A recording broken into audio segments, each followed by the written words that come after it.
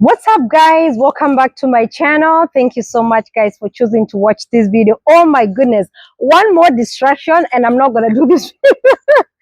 Guys, I started at recording this video like I think close to an hour ago. Every time I start, something happens. Every time I start, something happens. I was recording it, and then the what is it called, the trash truck decided to pass by here, and it was so loud.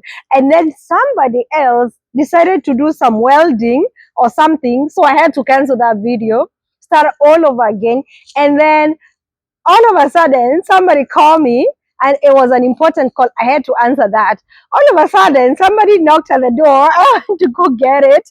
Oh my goodness, I'm like, the struggle of being a YouTuber is crazy. You know, the things we go through. If you When you see these videos out here, oh my god, sometimes we go through a lot. If you're a YouTuber, you can relate. Or if you're a content creator, you can relate. Sometimes we go through craziness to just to put that video together. And that's why I said, it's it takes a lot. YouTubing is a lot, and I love it. I'm not complaining. And guys, that reminds me, today I had to block somebody by the name Rita Winston or something. Wow, guys, can you imagine that lady? Or I don't know whether it's a male or female using a pseudo account, because some people, they just use pseudo's account whenever they are throwing insults.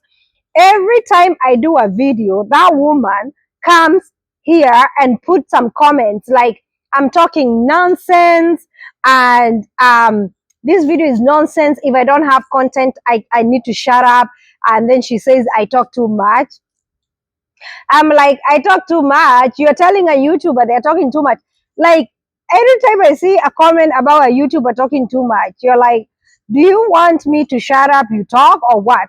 Can you imagine I did a video about starting a business or franchise here, and she was like, this is pure nonsense. Okay, and then some other people were like, why are you telling Betty that if you don't like this video? And then I gave that person a chance. I didn't block them right away. And then today she comes, I got about 4 comments from her. The same person, Rita Winston. Maybe she has changed her name. She's now back here. I don't know. Whoever you are, you need to leave me alone completely, because your insults are not they're not touching me, you know. I've already developed a very thick skin. This person, she come here, she talks about, I'm talking nonsense, and I'm bragging and I'm exposing myself just because I talked about foster care. Guys, do you know it takes so much for someone to come and open up about what they do and what they're doing and all the details and what it takes to start that? Me coming here to share information about fostering, and then somebody thinks they can put me down by telling me that I'm exposing myself. This is, you are bringing your personal life here. This is not personal life. Fostering is not personal life. If you know, sometimes I don't understand as Africans. If you go on YouTube, there are so many Americans talking about fostering, and actually some people, they record their foster children, they talk about the journey, they record their day-to-day lives. You don't see comments about, oh, you're bragging, oh, you're here putting your life on social media. I don't, you see, when I go through the comments, you see people appreciating what they do. And I love the fact that I have so many people who appreciated the information I gave, and to so many people it was helpful. And there are people who here who say that they wanted to be foster parents, or they want to foster, or they want to adopt. So this information has helped quite a good number. So for a hater to come here and say that I'm exposing my life here, or I'm doing it for the money, I should shut up because I know I'm doing it for them, I'm like, you know what, you get a life. And for that reason, I'm not gonna give any airtime. So guys, whenever I share whatever I'm doing, I'm sharing it because I know there are so many people watching me who this information can help in one way or the other. Okay, so we share this life together, and yeah, you take it. For the wise people, they will take it. For a fool, we'll call it nonsense. And you know what? We cannot ride with them. We work with the people who know what this information is all about. Yeah. Okay, guys, twende nalo. I've been getting questions about green card. People ask, and I hope you guys are applying for green card because it's going on. And if you've applied and you never won, do not give up, because giving up is not an option. Yeah, we are not giving up. Guys, a lot of people have been asking me about children. Betty, should I include my kids? Because when I win, I don't want to bring my kids with me. I want to, first of all, come, settle down. After I settle down, I go back for my kids. Mistake number one is you apply green card and you don't include your children. That is a big, big, big mistake. You don't want to do that. Don't apply for green card and you opt out, including your kids, because that would be a big mistake. Can you imagine, guys? You apply for that green card, you win, and you tell the government, or you write there, do you have kids? No. And then when you win, you go back to them during the interview or years later, you're trying to convince them that, yeah, I have kids, by the way.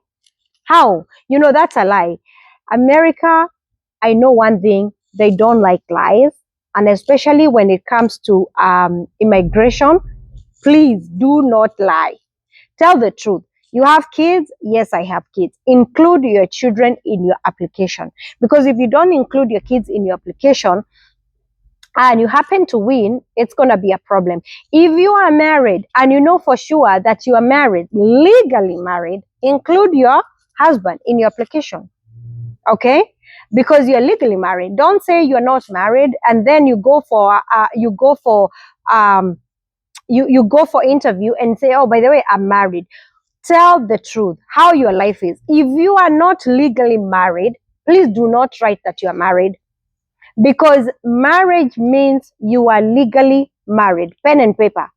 But if you live together, you've been living together, you have kids together, and you're not legally married, you are not married, period. Yeah, what you can do is you can apply by yourself as single. When you win, you can always when you win, you can always include your partner later. Or you can apply and then you do a wedding, and then after that you can give evidence that yes, I wasn't married when I was applying, but then later on we did a wedding, but you don't have to do a wedding because of a green card. So guys, my point is, if you are applying for green card, don't opt out your kids, include them. And don't worry so much. I want people to not worry so much about what's going to happen when they win. Let me tell you, you should not worry about hosts before you even win. You should not worry about where you're gonna live before you even win. The worry is, am I gonna win this green card? Am I applying? Let's worry about application first before worrying about the host, before worrying about the money, before worrying about anything else. Guys, we love our kids. And the last thing you want to hear is you're not able to be reunited with your children. I know a lady who won green card, and I don't know if she managed to bring her child, but she won. And then, no, when she was applying, she was advised not to include her daughter. So it has been a battle trying to bring that. And you know they can cancel that green card. If they find out that you gave false information, they can cancel the green card. So make sure you include your children on your application. Make sure you apply and make sure you put the right information. And guys, when you win and you have already included your children and you win, I honestly feel like you should not leave your kids. You should bring your kids with you. And when you bring your kids with you, when they get their social and then they get all their documents, then you can send them back until you stabilize, until you settle. When you find a host, tell your host the truth. Tell your host, I have 2 kids. Believe, trust God that you'll be able to find a host, because a lot of people, they fear that when they win, they're going to find it so hard to settle down with their kids, and they're going to find it so hard to find a host to host them. I know it's a challenge, telling someone, oh, I want green card, I want you to host me with my whole family. I know it can be a challenge sometimes, but I want you to trust and believe that God is going to open a way, and you'll find a host that will be willing to host you with your kids. And you can always tell your host, as soon as my kids get their social, they get all their things, I will be sending them back, and you can start your life that way by yourself. But always make sure you bring your kids with you. I always tell people, if Betty can raise her kids here in America by herself as a single mom, and my life is good, I cannot say my life is bad. My life is good. My life is not perfect, but my life is good. I'm capable. I'm able to raise my kids here by myself. Just know that you can. I want to encourage you as a mother. Don't feel like, oh my God, I can't include these kids because they're going to ruin my chances of survival in the US. You never know. Maybe those children are the one carrying your big blessing. You are a huge blessing. You never know. So include your kids. Trust God that you'll find a host that will accommodate you and your kids.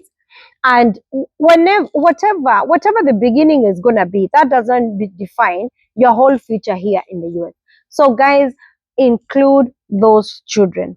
Bring them with you. Even if when you get another kind of visa, not just the green card, when you get another kind of visa, guys, I want to my advice is bring your kids.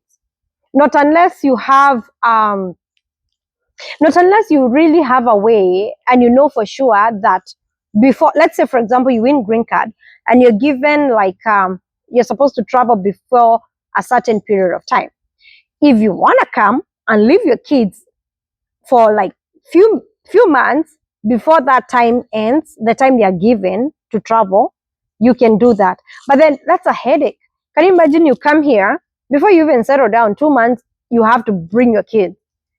I remember there's somebody who said that, who told me that not too long ago. I can't remember the exact word they put, but they said, Betty, we were given a certain period. I think the visa they had or the green card, they were given a certain period that those children need to travel before that time. Yeah, their visas are ready and their stuff are ready, and they have to bring the kids. So they were stressed out because of they don't have the money, they don't have they're not settled yet. So they were debating, should we just let the kids stay and let this visa go, and then in the future we'll so hassle with your child. You hold on to that child. If you're talking about a man, I can understand, because I can tell you, you know what, don't worry about this man. God will bless you with another man as soon as you land here. But for a child, I don't want to. I know God. Let me tell you guys, I've been there. I've left my son home for 4.5 years. And I know the struggle of living here without your child. There are so many people who live in this country without their kids because of reasons that are known to them. Because of immigration reasons, they are not able to travel with their kids. So they don't have an option. They have to leave this child. So if God gives you a chance to bring your child with you, bring your child with you. Everything will be okay. I know sometimes is a challenge, and I know it gets to a point where you have to send your kids back. But if you have to send them back when everything is already finalized. They have landed here. Things are not going the way you want. They have their social, they have all their documents, they have everything set up together. Then you can say, okay, for a year or two, I want my kids to go until I stabilize. For that reason, I don't blame anybody. But for the starter, for the beginning, when you are putting all your paperwork together, I don't recommend leaving your child. You come with them and everything will be okay.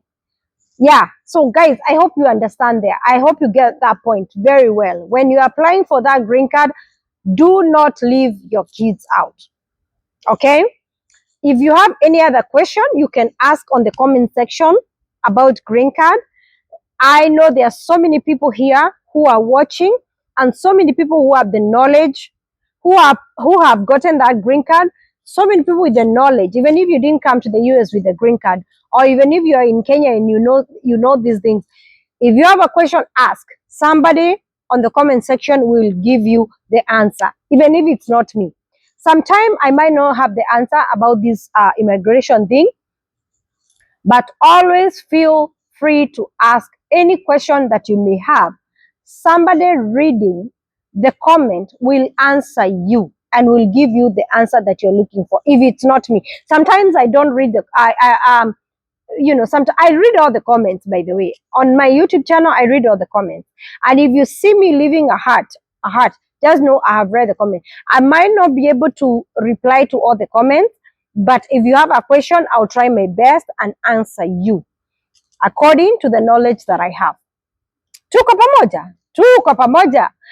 Guys, I want to remind you and I want to tell you, please do not ignore this chance of applying for this green card. Even if you've done it for the 10 times, please keep doing it. You never know. You are there, could be today, could be this year. You never know. Yeah? So I hope we got that clear. Thank you for watching the video. I'm going to make it short this time. I appreciate you and keep watching. Stay tuned. God bless you. Ciao, ciao. Neke gaka gatarare ganyamu. Kata.